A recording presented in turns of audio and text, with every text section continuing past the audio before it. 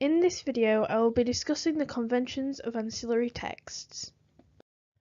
Firstly, I will talk about billboards.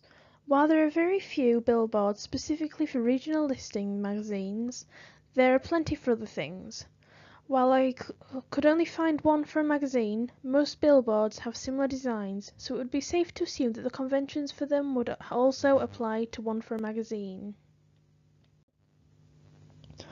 One of the most obvious conventions displayed by all billboards is the use of the company's logo. The Cosmopolitan has placed theirs at the top right-hand side of the billboard, and Elle has their masthead taking up half of their billboard. Another key feature of billboards is that they have always got some kind of slogan or saying displayed somewhere. This text is often in a sans serif font in order to make it easier to read. All three of these billboard ads do this, even though they are all advertising slightly different things. In all of the photography, the creators encoded the images with dominant or hegemonic meaning that the models are supposed to be the audience's ideal selves or partners. In the one for the Cosmopolitan, the woman is scantily clad in a revealing swimsuit and draped over the man. This creates a sexual atmosphere in the picture. The other two are far more subtle. Adele has her hair and makeup done to make her look pretty, though her attractiveness is based more on her personality, as they have used a shot that appears candid, showing her smiling mid-song. The monochrome image also creates a sense of elegance as opposed to sexuality. It still makes her appear attractive, but in a different way. The Elle ad has used several of their covers as pictures on their billboard. This creates synergy with their magazines. Furthermore, all of their female models, while attractive, also look powerful, fitting with the message of this billboard.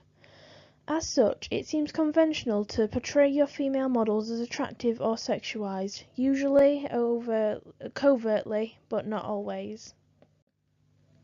The websites of regional listings magazines all share many conventions.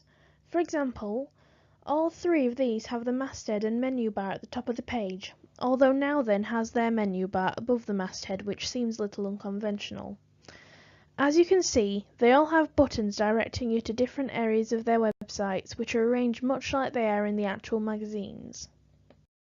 On the home page, they all also have sections taking you to specific articles from the latest issue.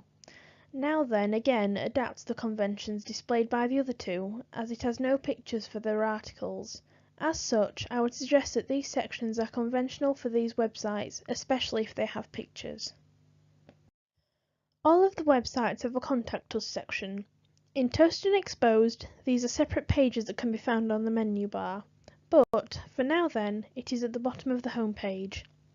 They all show the usual contact information and social media pages. Toast goes even further by adding a way to contact them directly from that page. As such, it would seem that Contact Us pages are very conventional for regional listings magazines, and even though the layout can vary slightly, they all still contain several similar features.